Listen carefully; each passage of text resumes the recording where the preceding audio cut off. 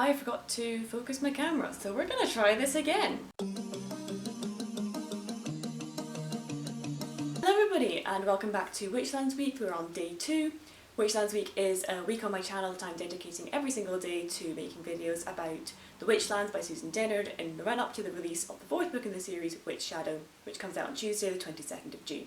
We started yesterday with a video of me just gushing about the book series and trying to give you all these different reasons about why I think you should read it, so definitely go and check that out. If you don't know what this series is about, I'll give you a bit of a synopsis there.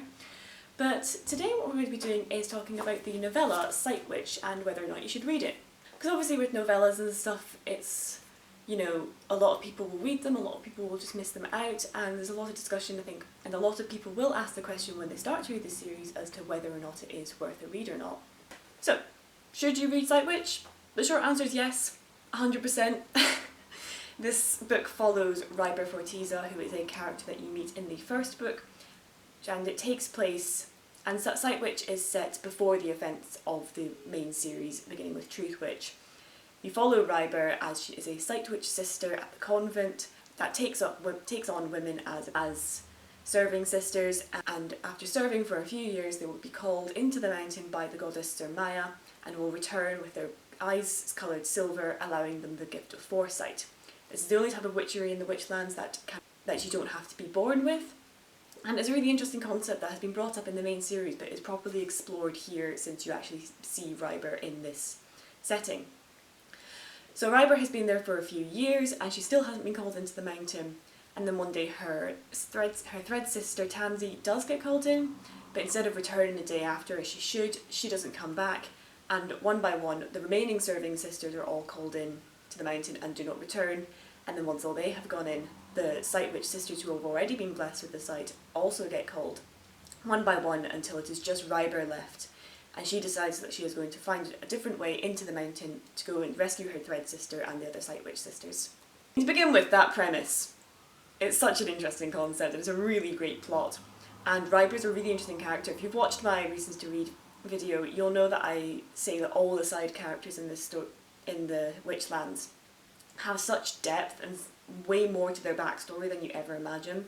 So actually getting to see Ryber's, considering she was quite a minor character in the first book, I absolutely loved just seeing her and learning where she came from and who she was before we meet her in the main series. You also get the diaries of a former Sightwitch sister called Eurydice, who is mentioned as sort of one of the most well-known Sightwitch sisters in the current times. So you sort of follow her in the past with some things that are happening there, and it's very interesting to see all the world building and the lore that happens in the past that is actually then becoming very relevant in the main series.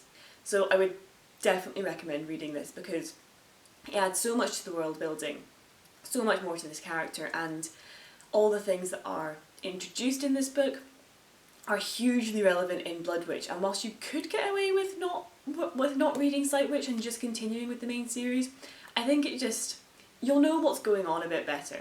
Like you'll just know that that's what that is, this is what that's about.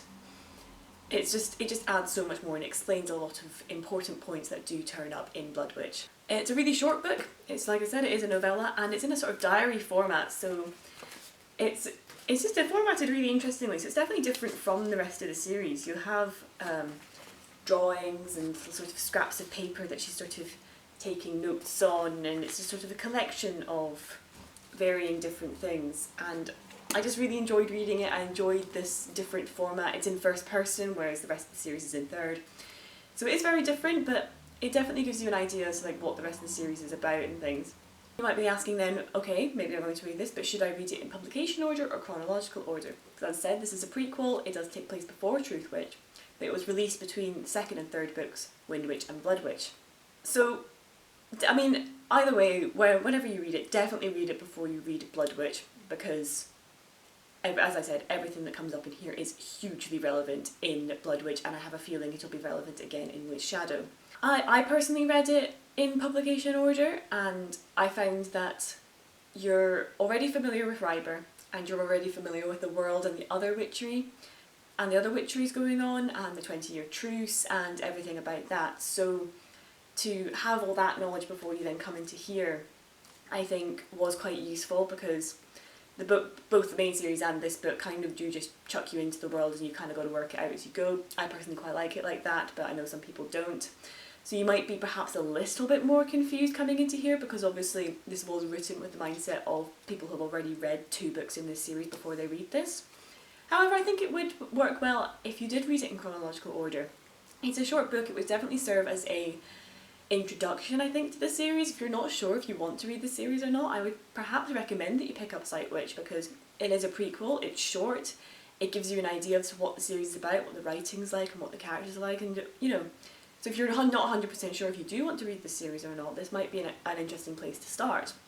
And then you'll have Ryber's backstory, you'll have this sort of world building and lore backstory right from the get-go, to then read Truthwitch, Windwitch, Bloodwitch, Witchshadow. So I think there's arguments on both sides as to whether or not you should read it chronologically or publication order. As I said, I personally read it just before Bloodwitch, and it definitely made things in Bloodwitch that have a lot more sense, so definitely read it before you pick up Bloodwitch, because even though you could understand the things that happen in there, I think you'll just have a much better knowledge as to what all these little hints and thingies mean if you've read this book.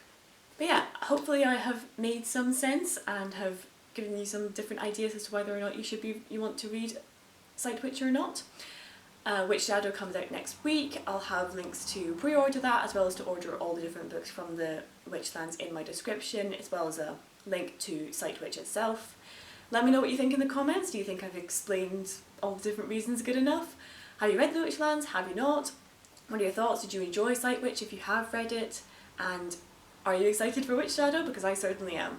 But thank you very much for watching, and I'll see you tomorrow for day 3 of the Witchlands week.